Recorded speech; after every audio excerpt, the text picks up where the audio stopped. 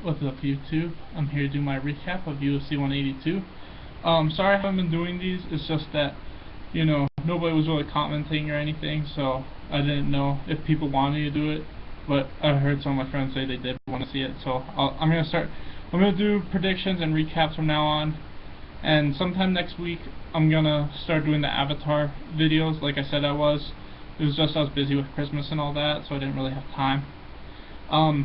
And I just wanted to give a thanks to everybody that has been liking my videos and has been posting comments. I tried to comment back, but this channel for some reason wasn't letting me comment back, so I used my other channel, which is the Conan Zena. If you guys get a reply from me, that's my other channel. And for the people that do like my videos and watch and leave comments, tell me what you want to see. If there's anything you guys want to see me do, I'll try to do it. I just started my channel, and I want to put videos out there that people want to see. So any recommendations, I'm happy to hear them. So without further ado, I'm going to do my recap of UFC 182 from the bottom. Omar versus Matt. I thought Omar looked really good in the beginning. He kind of gassed towards the end of the first round. He was really lighting up Matt. And then the second round, I thought he won it just with the takedowns. When Joe Rogan guys said it was close, I don't know what fight they were watching, because I clearly had it 2-0 going into the third. And then I thought Omar clearly lost the third. He was gassed at that point. But I thought he did more than enough to win the first two rounds, and I'm glad the judges gave him the 29-28 decision. Next is Evan Dunham versus Rodrigo Dam. And it was pretty much what I thought it was. I thought Evan Dunham was just the better fighter overall, better striker, better wrestler, all that.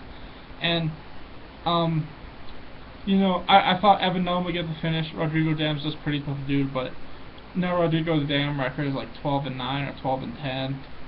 He was just, I don't know what it is. On the Ultimate Fighter, he had really good wrestling and really good jiu-jitsu standards, and I know most of his wins are by submission, so I don't know why he never tries to bring fights to the ground.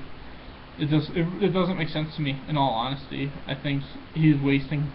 That's his bread and butter, is jiu-jitsu and wrestling, but he wants to box with guys that are better strikers than him, and that's why he gets beat up a lot. I don't know why.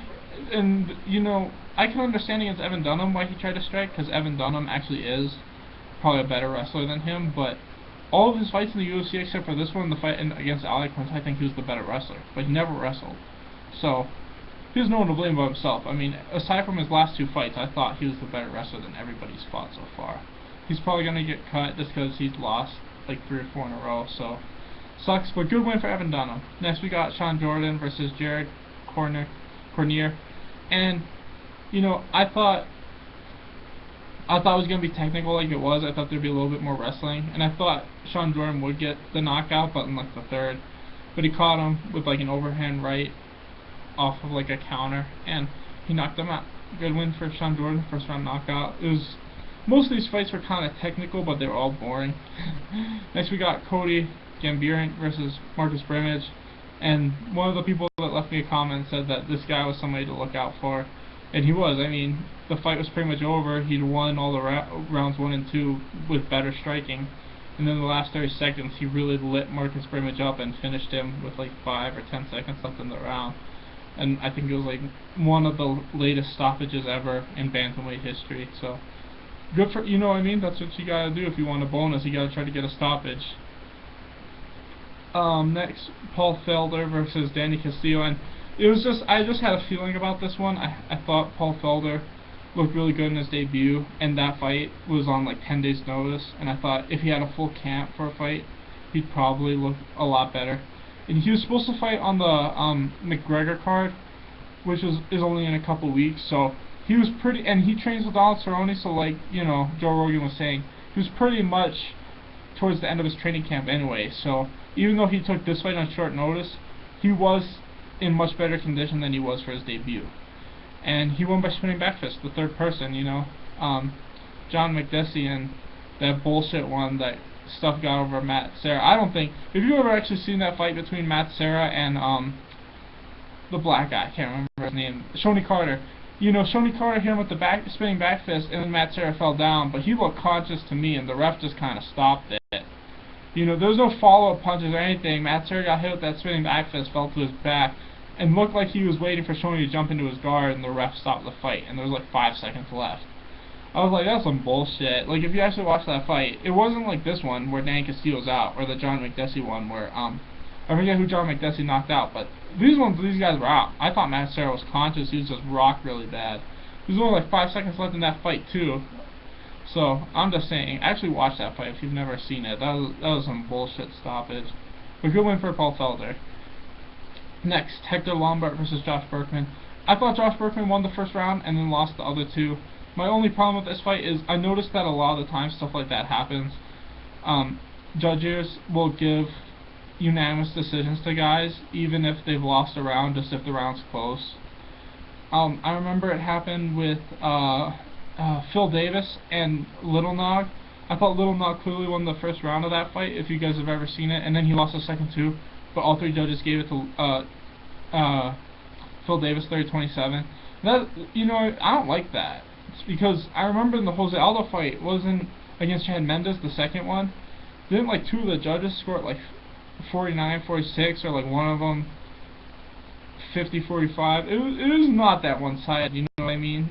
It was pretty close. I felt like if that fight wasn't in Brazil, I thought Aldo won that fight, but I thought it could have been a split decision. I had it 2-2 going into the 5th, and I thought Aldo won the second half of that round, and Chad, you know, had won the beginning with the wrestling, and I just thought it was a lot closer than the judges made it out. And it was just like this fight too. I didn't think Hector won all 3 rounds. I thought he won the second and third, clearly. Like, he won those 2 rounds, but I thought Josh won the first, and that was my problem with this fight, is that the judging was a little weird. Next, but you know, good win for Hector Lombard. Next is Kyoji Horiguchi versus Luis Gavno. It was pretty much what I thought. I thought Horiguchi was just the better striker and the better wrestler, and he'd be able to pick Luis apart. I thought he would knock him out, but he didn't. Luis is pretty tough, and you know, I thought he won every round. I thought the only round that was kind of close was the first, but I still thought Horiguchi won that one.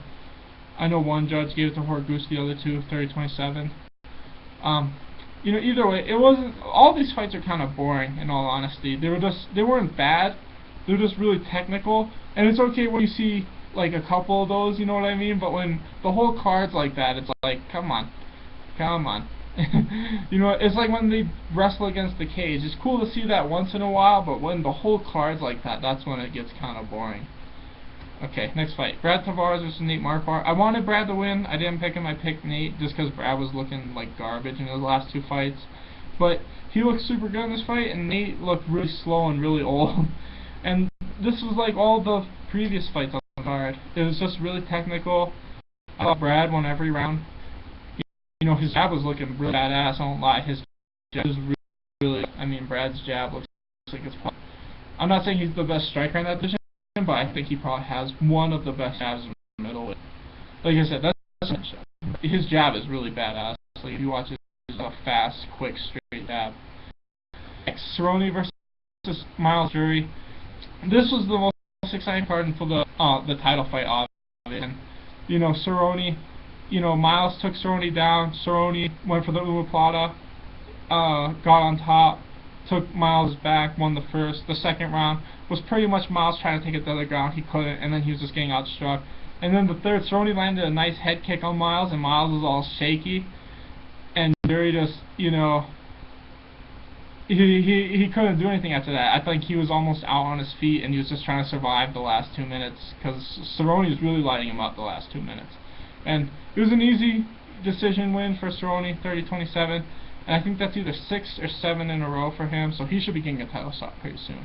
Main event, Daniel Cormier versus Jon Jones, and this is the same thing, my problem with the Hector Lombard fight. I thought Jones won the first, the 4th, and the 5th. I thought DC clearly won the 2nd and the 3rd. That's why when I see all the judges giving it 49-46, I'm like, what the fuck is even going on here? Are you guys even watching the fight? You know, it just makes no sense to me.